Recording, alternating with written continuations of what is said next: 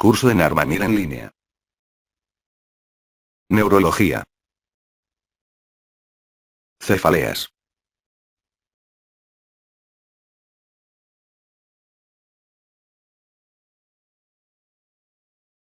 Cefalea aguda. Generalidades. La cefalea es una causa frecuente de atención médica en adultos. En Estados Unidos, ella origina alrededor de 13 millones de visitas anuales a consultorios médicos, así como a clínicas y servicios de urgencias. Hay gran variedad de trastornos que suelen causar cefalea. El desafío para la valoración inicial de la cefalea aguda consiste en identificar qué pacientes presentan trastorno infrecuente, pero que pone en riesgo la vida. En los servicios de urgencias, alrededor de 1% de los sujetos que buscan atención médica por cefalea aguda acude con un padecimiento que pone en peligro la vida, en tanto la prevalencia de estos últimos en consultorios médicos es bastante más baja. Cualquiera que sea la causa, hoy en día se piensa que el dolor de cabeza resulta de la liberación de neuropéptidos desde las terminaciones del nervio trigémino que rodean los vasos sanguíneos de la pía madre y la dura madre, cuyo resultado es la inflamación neurógena.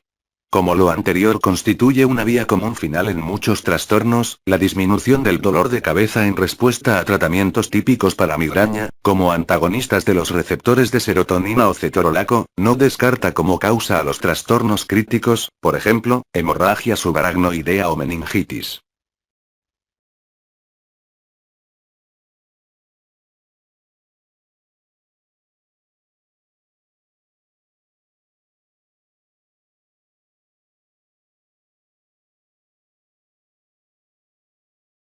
Manifestaciones clínicas. Síntomas. La anamnesis y la exploración física cuidadosas deben dirigirse a identificar las causas de la cefalea aguda que requieren tratamiento inmediato.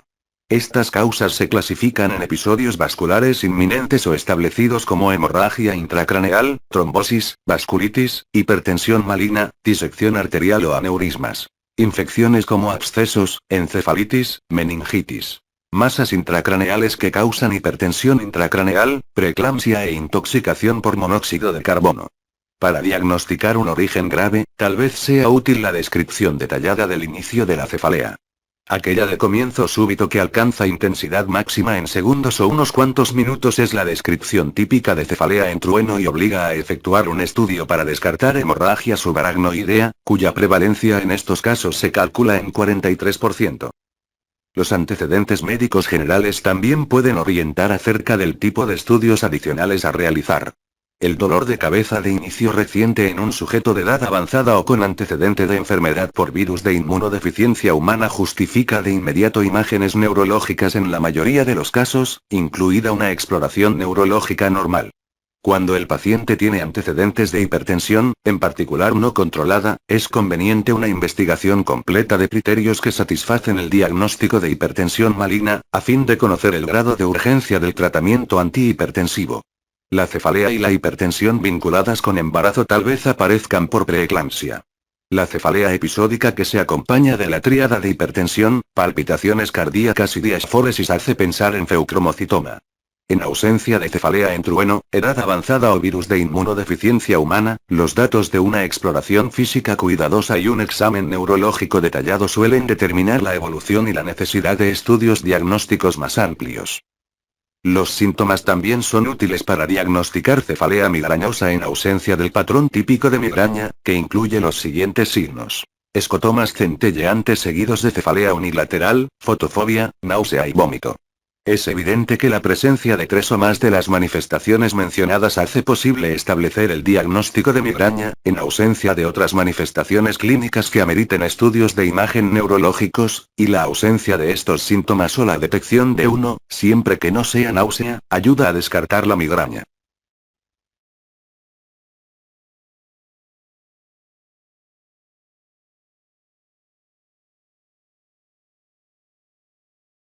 Exploración física.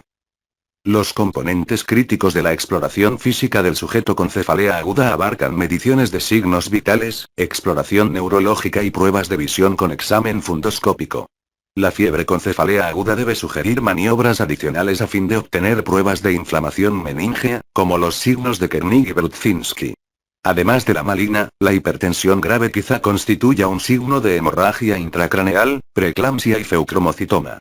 En personas mayores de 60 años de edad, es indispensable valorar la hipersensibilidad del cuero cabelludo o la arteria temporal. Es crucial una valoración cuidadosa de agudeza visual, mirada fija, campos visuales, anomalías pupilares, disco óptico y pulsaciones de la vena central de la retina. La disminución de la agudeza visual sugiere glaucoma, arteritis temporal o neuritis óptica.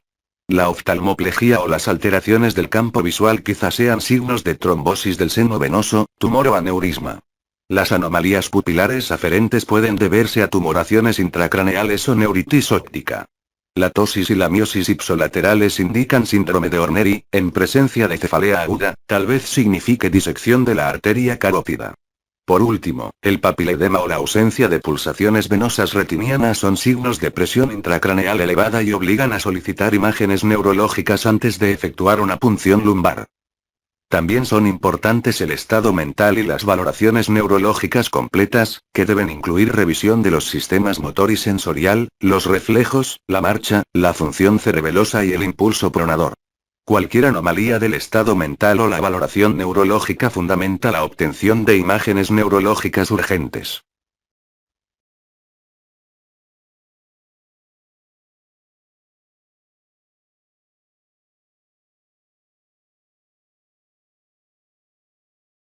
Estudios diagnósticos.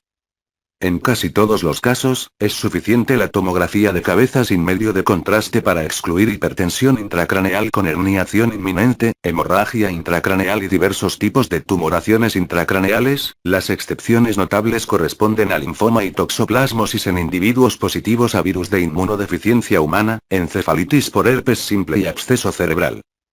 Cuando está indicado, suele obtenerse un estudio de contraste después de uno normal sin contraste. Un estudio de imágenes neurológicas normal no excluye de manera suficiente hemorragia subaracnoidea, por lo que debe efectuarse una punción lumbar. En quienes hay gran sospecha de hemorragia subaracnoidea o aneurisma, la angiografía debe seguir a la tomografía y la punción lumbar normales en el transcurso de unos cuantos días, a condición de que el paciente se encuentre estable. También está indicada una punción lumbar para excluir causas infecciosas de cefalea aguda, en particular en sujetos con fiebre o signos meníngeos. Los estudios de líquido cefalorraquídeo han de incluir de manera sistemática tinción de Gram, recuento leucocítico y eritrocítico con diferencial, glucosa, proteínas totales y cultivo bacteriano. En pacientes apropiados, es necesario considerar pruebas de líquido cefalorraquídeo para BDRL, sífilis, antígeno criptocócico, sujetos positivos a virus de inmunodeficiencia humana, tinción y cultivo para bacilos ácido-resistentes, así como fijación del complemento y cultivo para coccidioidomicosis. Es prudente guardar un tubo adicional con 5 ml de líquido cefalorraquídeo con el propósito de llevar a cabo pruebas no previstas en un futuro inmediato. En individuos con datos de infección del sistema nervioso central, pero sin agente patógeno identificable, se debe considerar la consulta con expertos en enfermedades infecciosas sobre la disponibilidad local de las pruebas más recientes de reacción en cadena de la polimerasa para microorganismos infecciosos específicos, por ejemplo, herpes simple 2. Además de las imágenes neurológicas y la punción lumbar, los estudios diagnósticos adicionales para excluir causas de cefalea que ponen en peligro la vida, incluyen tasa de eritrosedimentación para, arteritis temporal, endocarditis, análisis de orina para, hipertensión maligna, preeclampsia, y tomografía o radiografías de los senos paranasales para, sinusitis bacteriana, de manera independiente o como causa de trombosis del seno venoso.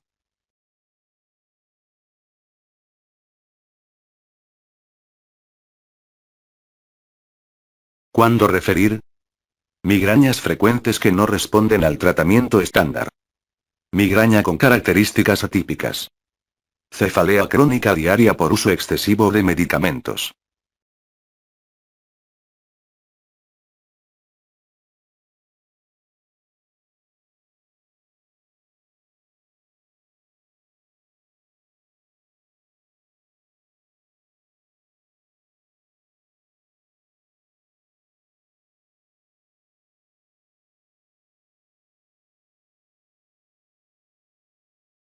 ¿Cuándo hospitalizar? Necesidad de dosis repetidas de analgésico parenteral. Para facilitar un estudio expedito que requiera una secuencia de procedimientos e imágenes neurológicas. Para vigilar la progresión de los síntomas y consulta neurológica cuando el estudio inicial en la sala de urgencias no sea concluyente. Dolor intenso que afecte las actividades cotidianas o limite el cumplimiento de las citas o la consulta de seguimiento.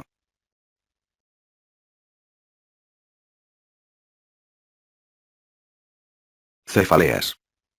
Clasificación. Las cefaleas se clasifican en dos tipos. Cefaleas primarias, cefaleas secundarias y algunos clasifican un tercer tipo que incluye a las neuralgias craneales y otros tipos de dolor facial. Las cefaleas primarias incluyen a aquellas en donde la cefalea se considera una enfermedad en sí misma, sin estar causada por otro padecimiento intracraneal o sistémico. Estas incluyen a la cefela tensional, la migraña y las cefaleas autonomotrigeminales. Las cefaleas secundarias, en cambio, se producen como consecuencia de alguna otra afección en donde el dolor de cabeza se presenta como síntoma de la enfermedad.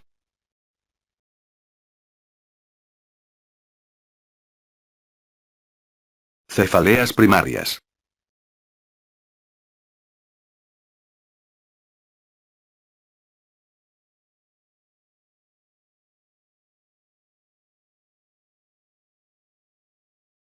Migraña.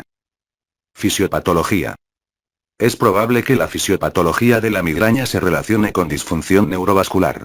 La cefalea se debe a la dilatación de los vasos sanguíneos inervados por el trigémino a causa de la liberación de neuropéptidos de las fibras nerviosas parasimpáticas que llegan a estos vasos. El mecanismo subyacente probable es la activación del núcleo caudado del trigémino, el núcleo del haz solitario y el núcleo del rafe dorsal. Los estudios de imagen revelaron cambios en regiones del tallo encefálico implicadas en la modulación sensitiva, lo cual sugiere que la migraña se relaciona con una falla en el procesamiento sensitivo normal.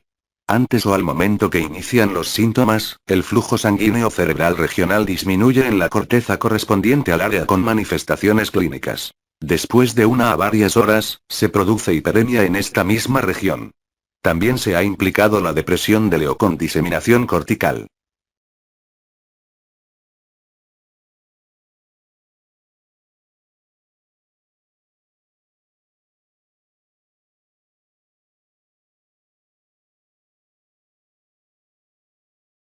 Migraña. Manifestaciones clínicas. La migraña clásica es una cefalea pulsátil lateralizada que aparece de forma episódica después de su inicio en la adolescencia o al comienzo de la edad adulta. Sin embargo, en muchos casos la cefalea no se adapta a este patrón, aunque sus manifestaciones relacionadas y la respuesta a las preparaciones para la migraña sugieren que tienen una base similar. En el sentido más amplio, la migraña puede ser lateralizada o también generalizada, de carácter sordo o pulsátil y en ocasiones se acompaña de anorexia, náusea, vómito, fotofobia, fonofobia, osmofobia, deterioro cognitivo y visión borrosa. Por lo general, se intensifica de manera gradual y puede durar varias horas o más.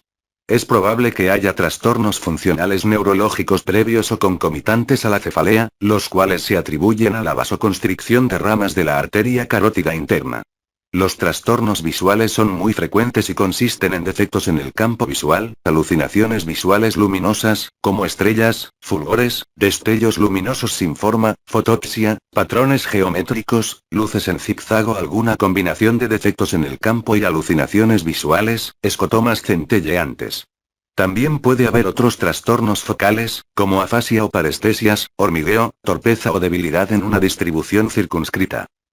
En algunos casos excepcionales, los trastornos neurológicos o somáticos que acompañan a la cefalea migrañosa típica se vuelven la única manifestación de una crisis, equivalente de migraña. En contadas ocasiones la persona experimenta un déficit neurológico permanente después de un ataque migrañoso, y la migraña con aura pudiera constituir un factor de riesgo para la aparición de enfermedad vascular cerebral, apoplejía. Los enfermos a menudo refieren antecedente familiar de migraña.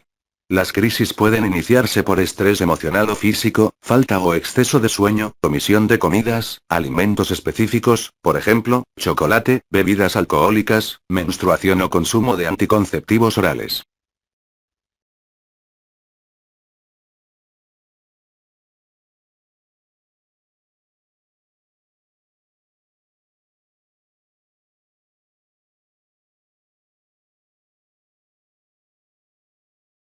Migraña de la arteria basilar. Una variante poco frecuente de la cefalea migrañosa es la migraña de la arteria basilar, en la cual hay ceguera o trastornos en ambos campos visuales que al principio se acompañan o van seguidos de disartría, desequilibrio, acúfenos, parestesias peribucales y distales y que algunas veces tienen como consecuencia la pérdida transitoria o la alteración de la conciencia o un estado de confusión. A su vez, este cuadro precede a la cefalea pulsátil, casi siempre occipital, a menudo con náusea y vómito.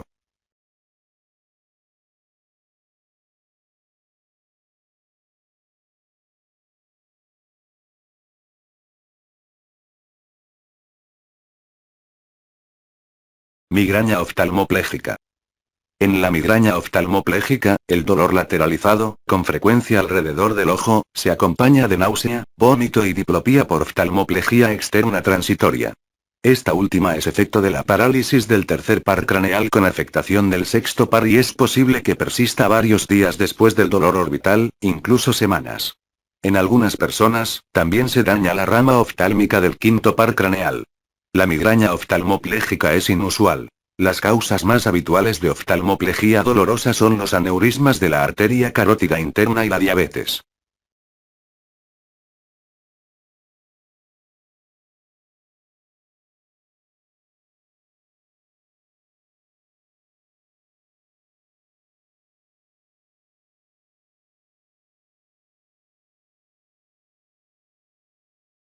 Migraña hemipléjica familiar. La migraña posee un patrón poligénico complejo de herencia. A veces se advierte un patrón de herencia autosómico dominante como en el caso de la migraña hemipléjica familiar en la que el aura está representada por ataques de debilidad lateralizada. En promedio, 75% de los casos provienen de mutaciones en 3 genes correspondientes.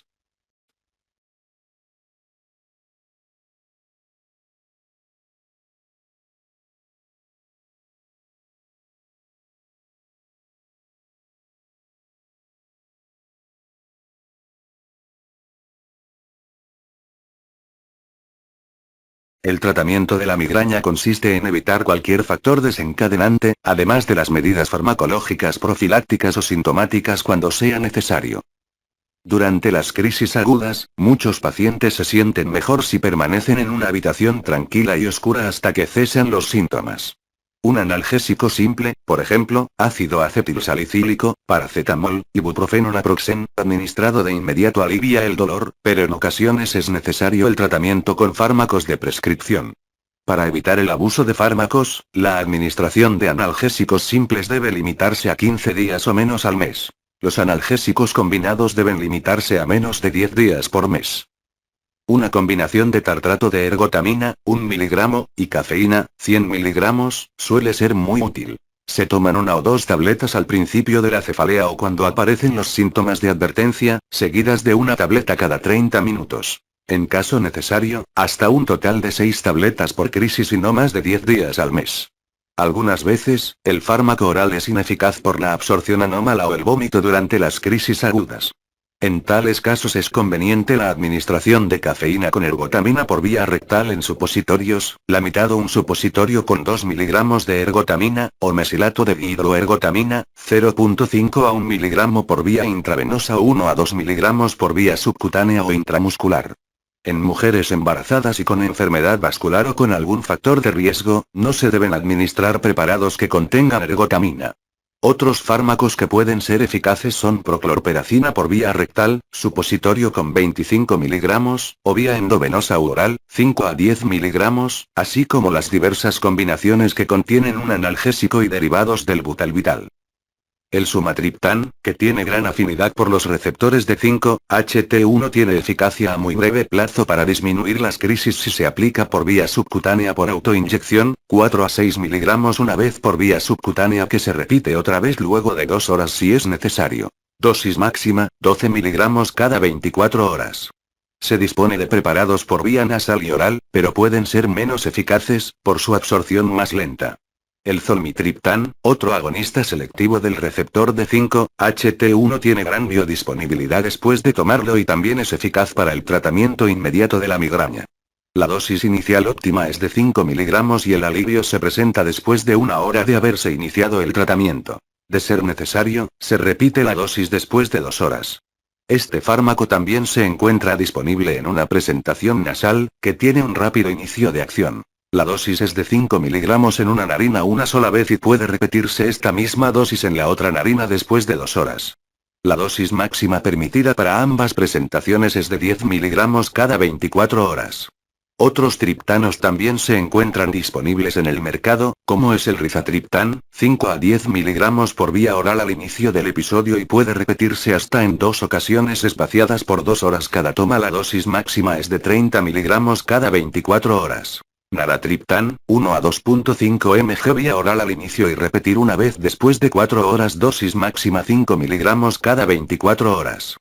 Los triptanos pueden provocar náusea y vómito. Es preferible evitarlos en embarazadas, pacientes con migrañas hemiplégicas o basilares y en sujetos con factores de riesgo para apoplejías, como hipertensión, una apoplejía previa a un episodio isquémico transitorio, diabetes mellitus, hipercolesterolemia o obesidad. Los triptanos están contraindicados en sujetos con coronariopatía o vasculopatía periférica. Los pacientes por lo general experimentan mayor beneficio cuando los triptanos se combinan con naproxeno, 500 miligramos.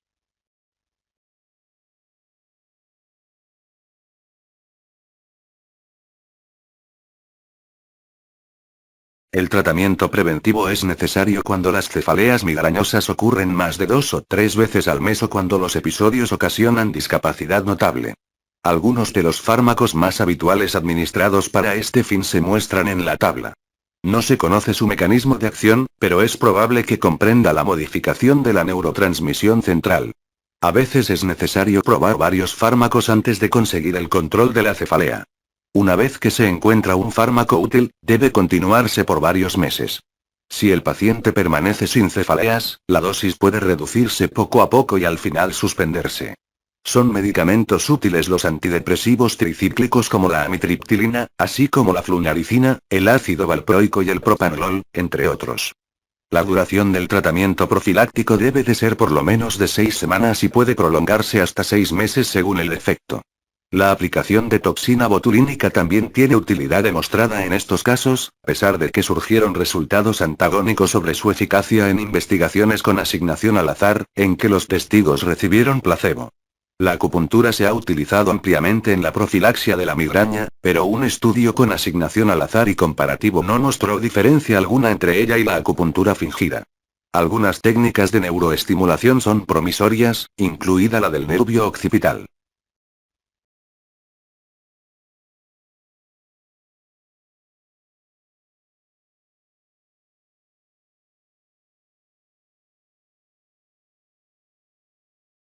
Cefalea de origen tensional. Este tipo de cefalea primaria es el observado con mayor frecuencia. Las personas a menudo señalan dolor a la palpación en zonas pericraneales, dificultad para concentrarse y otras manifestaciones inespecíficas, además de las cefaleas diarias y constantes que parecen provenir de una constricción circunferencial, pero que no son pulsátiles.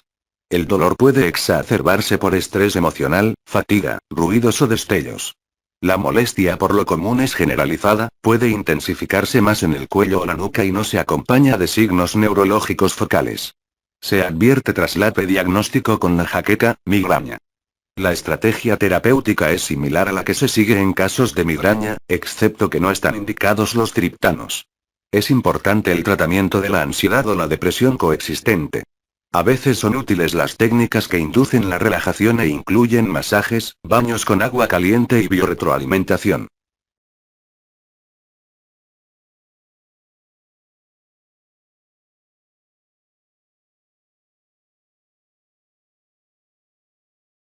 Cefalea en racimos. La cefalea de este tipo afecta de manera predominante a varones en la etapa media de la vida. No hay certeza de su fisiopatología, pero puede provenir de activación de células en el hipotálamo ipsolateral, que activan el sistema vascular autónomo del trigémino. Por lo regular no existe el antecedente familiar de cefalea o migraña. Durante varias semanas todos los días aparecen episodios de dolor periorbitario unilateral intenso y que a menudo se acompaña de una o más de las manifestaciones siguientes. Congestión nasal ipsolateral, rinorrea, epífora, congestión conjuntival y síndrome de Horner, ptosis del párpado, miosis o constricción de la pupila y anhidrosis o disminución de la secreción de sudor. Durante las crisis, los pacientes a menudo están inquietos y agitados. Con frecuencia los episodios ocurren por la noche, despiertan al sujeto y duran entre 15 min y 3h. Luego remiten de forma espontánea y el paciente permanece bien por semanas o meses hasta que surge otro brote de crisis próximas entre sí. Estas pueden durar 4 a 8 semanas y es posible que se presenten varias veces al año. Durante el episodio, muchos pacientes refieren que el alcohol desencadena una crisis y otros señalan que éstas se inician por estrés, destellos o ingestión de alimentos específicos. En pacientes ocasionales no se produce remisión alguna. Se ha conocido a esta variante como cefalea crónica en racimos. La hemicrania continua es un síndrome primario separado que tiene cefalea unilateral y que se acompaña de síntomas del sistema autónomo. A diferencia de la cefalea en racimos, el dolor es continuo, sin períodos indoloros, y muestra resolución completa con la indometacina. La exploración no revela alteraciones, además del síndrome de Horner que aparece de manera transitoria durante una crisis. En los casos duraderos permanece como deficiencia residual entre las crisis.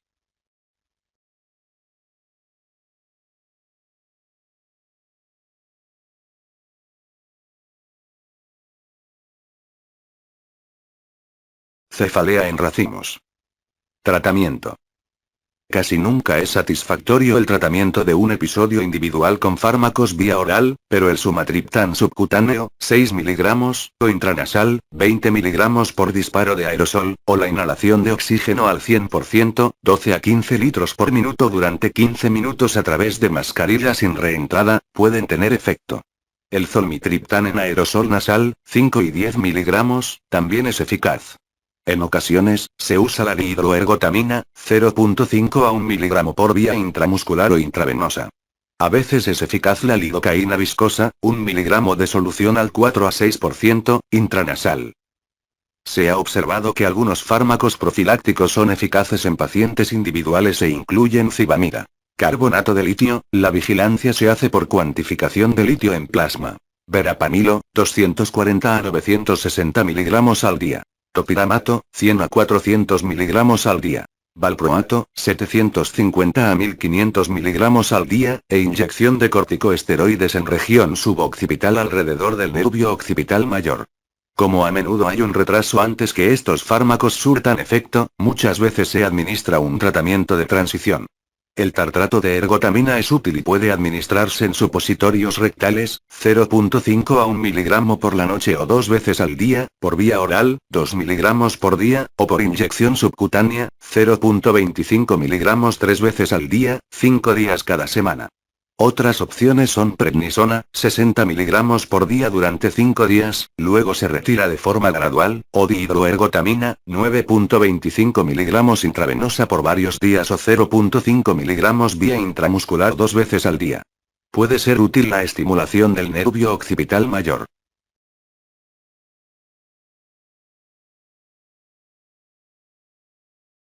Cefaleas secundarias. Clasificación.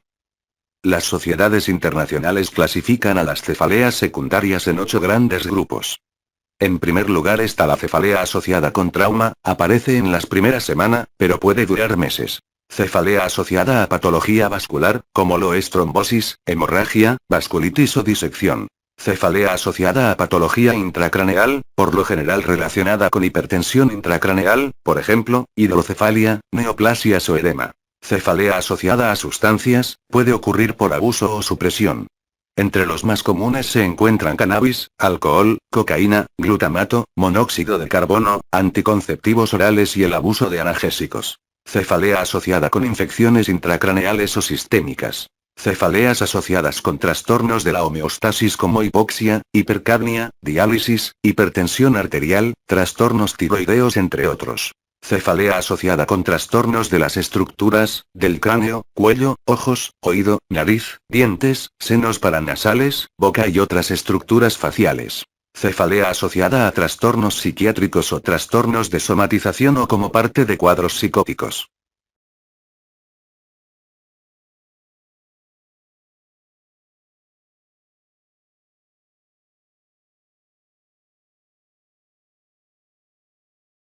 Cefalea postraumática.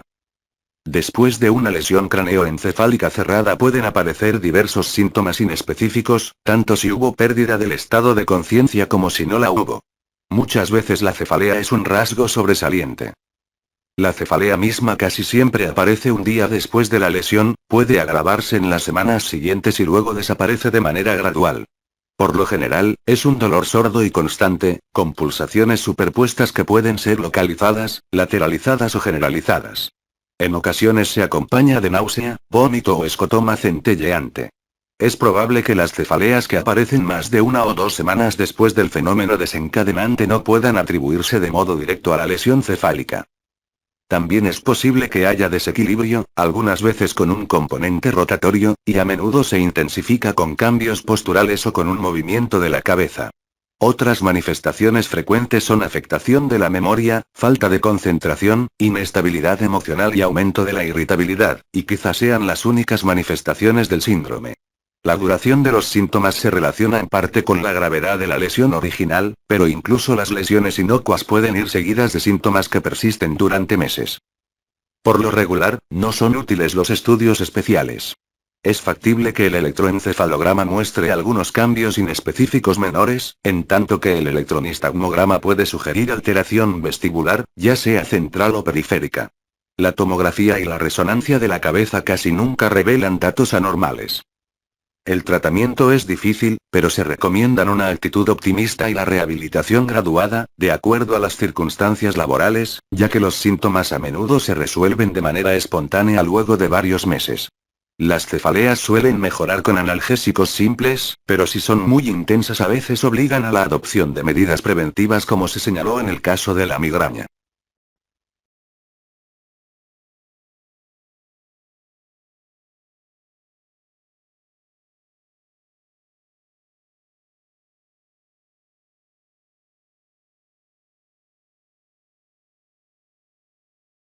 Cefalea por hipertensión intracraneal.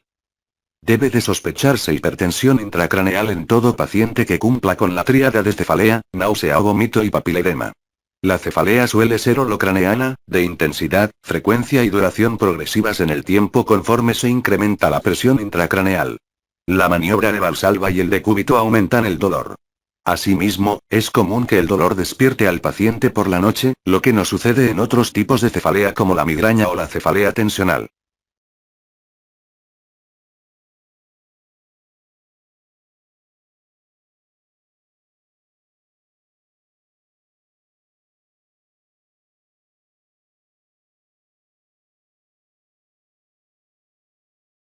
Cefalea por hemorragia subaracnoidea. Es importante identificarla por la gravedad del diagnóstico. Aparece de forma súbita, holocraneana, y de gran intensidad, en ocasiones precipitada tras un esfuerzo como toser, estornudar o defecar. Puede acompañarse de vómito, crisis epilépticas y pérdida del estado de alerta. El examen físico se hallan signos de irritación meníngea o rigidez de la nuca.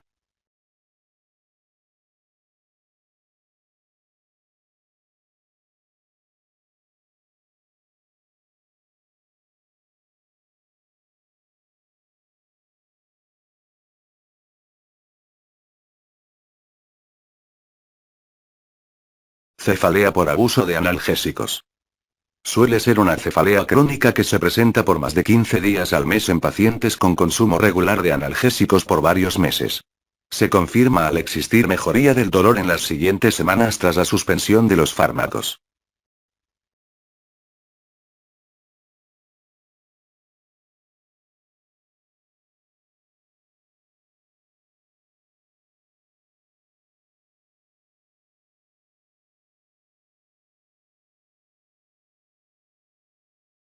Cefalea asociada con punción lumbar.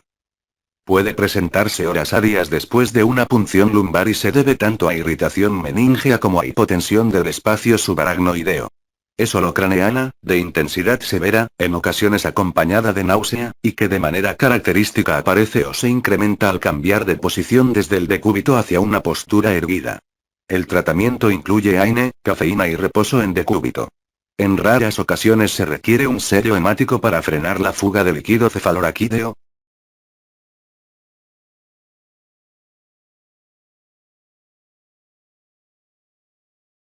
Neuralgia. Son cefaleas que aparecen como consecuencia de una lesión anatómica o funcional de un nervio. La neuralgia del trigémino es la más frecuente. Se presenta con paroxismos de dolor intenso con duración de segundos en el territorio de alguna de las ramas del trigémino. Oftálmica, maxilar o mandibular.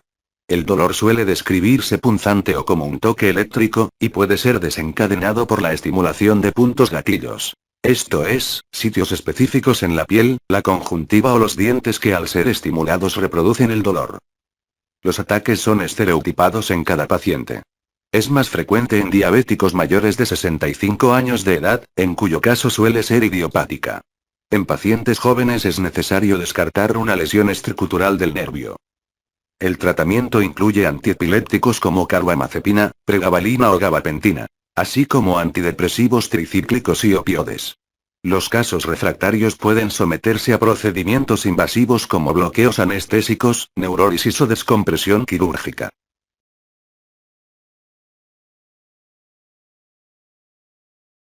Fin de la presentación.